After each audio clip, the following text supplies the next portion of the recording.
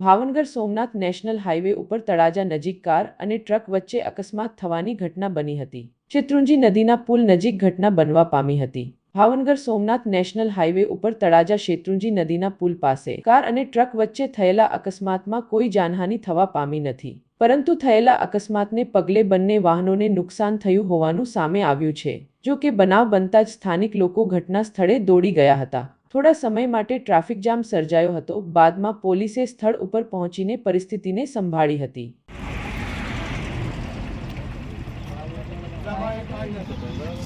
કાકા ત્યાં four wheeler તો ડાયરેક્ટ અહીંયા આવતી ગાડી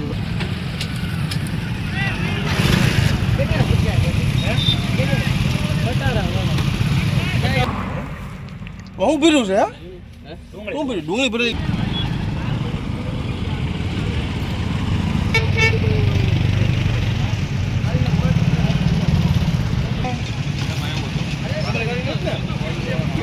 ગાડી અંદર લાવેલો ગાડી સ્પીડમાં થોડું ઉભી રહે આવડા લોકો